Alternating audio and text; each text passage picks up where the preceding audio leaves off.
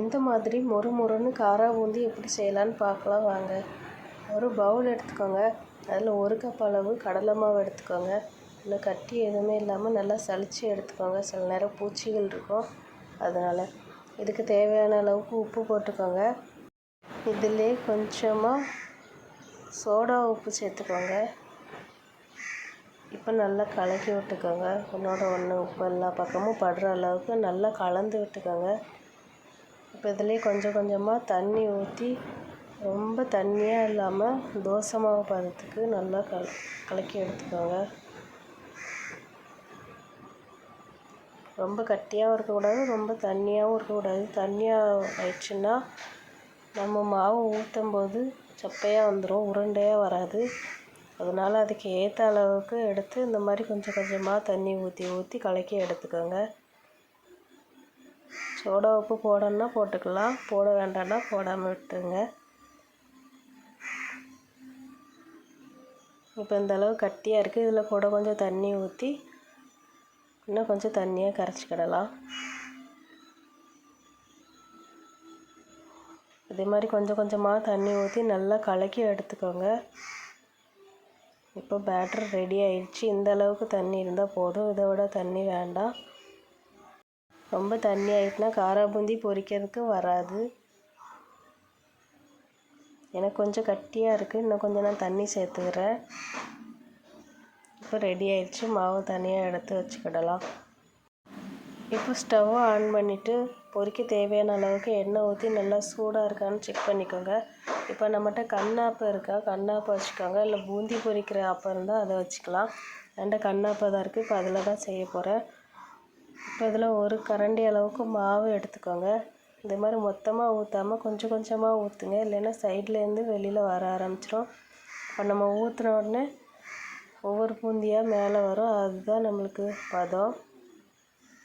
இந்த மாதிரி ஒரே இடத்துல ஊற்றாமல் சுற்றி சுற்றி ஊற்றிக்கோங்க. ஒரே இடத்துல நடுவில் ஊற்றினா அவ்வளோ மாவும் அங்கேயே இறங்கிரும். இந்த மாதிரி நல்லா பொரிஞ்சு வரட்டும். அப்பப்போ லைட்டாக கிண்டி விட்டுக்கோங்க. இன்னும் கலர் வரணும்.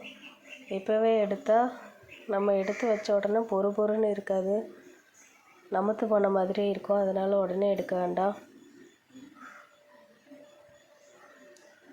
3லேருந்து 4 நிமிஷம் வரைக்கும் வெயிட் பண்ணி பாருங்கள். அப்பப்போ இடையில கரண்டி வச்சு கிண்டி விட்டுக்கோங்க.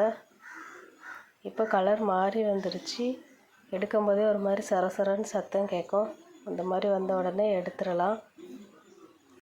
இந்த மாதிரி கரண்டி இருந்தால் எடுத்துக்கோங்க. அப்படி இல்லைன்னா சில்வர் பால் அரிப்பு இருக்குல்ல, அதை வச்சு எடுத்துக்கோங்க. அது இதை விட ஈஸியாக இருக்கும். எல்லாத்தையும் ஒரே டைமில் எடுத்துக்கிடலாம். இதே மாதிரி எடுத்துகிட்டு ஒவ்வொரு பேஜாக இப்படியே பொரித்து எடுத்துக்கோங்க. மாவை மட்டும் கொஞ்சம் கொஞ்சமாக ஊற்றுங்க, அப்போ தான் மேலே எலும்பி வரும். இல்லைன்னா ஒன்றோட ஒன்று ஒட்டிக்கிடும். கொஞ்சம் கொஞ்சமாக மாவை ஊற்றி இந்த அளவுக்கு ஃபுல்லாக பபிள்ஸ் வர அளவுக்கு பொரிச்சிக்கிடலாம். இதுவும் அதே மாதிரி கலர் நல்லா மாறி வரணும். இதே போல் நம்மகிட்ட இருக்கிற எல்லா பேட்சையும் கொஞ்சம் கொஞ்சமாக போட்டு நல்லா பொரித்து எடுத்து தனியாக ஒரு பாத்திரத்தில் எடுத்து வச்சுக்கிடலாம். இப்போது இதில் நம்ம இடித்து வச்சுருக்க 5 பல் பூண்டு போட்டுக்கலாம். பூண்டு போட்டு நல்லா ப்ரௌன் கலரில் வர அளவுக்கு பொரித்து எடுத்துக்கிடலாம். ஏன்னா அதுக்கு டேஸ்ட்டு கொஞ்சம் பூண்டு கொடுக்கறனால பூண்டு போட்டிருக்கோம். உங்களுக்கு பூண்டு பிடிக்காதுன்னா போடாதீங்க. இதிலே கையளவுக்கு கருவேப்பிலை போட்டுக்கிடலாம். கருவேப்பிலை போட்ட உடனே பொரிஞ்சால் போதும், கேஸை ஆஃப் பண்ணிக்கிடலாம். இல்லைன்னா ரொம்ப கருகிரும். இதோட ஆஃப் பண்ணி எடுத்துக்கோங்க. தனியாக ஒரு பாத்திரத்தில் எடுத்து வச்சுக்கிடலாம். இப்போ நம்ம பொரித்து வச்சுருக்க பூந்தி எல்லாம் ஒரு பாத்திரத்தில் போட்டுக்கோங்க. இதிலே நம்ம வறுத்து வச்சுருக்க பூண்டு கருவேப்பிலை சேர்த்துக்கிடலாம். இது கூடவே 1/2 ஸ்பூன் அளவுக்கு உப்பு போட்டுக்கோங்க. ஏற்கனவே நம்ம உப்பு போட்டிருக்கோம், அதனால் பார்த்து சேர்த்துக்கோங்க. நான் காரத்துக்கு 1½ டேபிள் ஸ்பூன் அளவுக்கு மிளகாய் பொடி போடுறேன். உங்கள் காரத்துக்கு ஏற்ற மாதிரி போட்டுக்கோங்க. இது கூடவே பெருங்காயத்தூள் போட்டுக்கோங்க. இந்த மாதிரி செஞ்சு வச்சுக்கிட்டா நம்ம 1 மாதத்துக்கு எந்த ஸ்நாக்ஸும் தேவைப்படாது. ஒரு காற்று போகாத டப்பாவில் போட்டு நல்லா அடைச்சி வச்சுக்கோங்க. இப்போ நம்ம போட்ட மசாலாலாம் ஒன்று சேர்கிறதுக்கு நல்லா குலுக்கி எடுத்துக்கோங்க. உங்களுக்கு குலுக்க முடியலைன்னா ஒரு கரண்டி வச்சு நல்லா கலக்கிக்கோங்க. இப்போ காரா பூந்தி ரெடி ஆயிடுச்சு.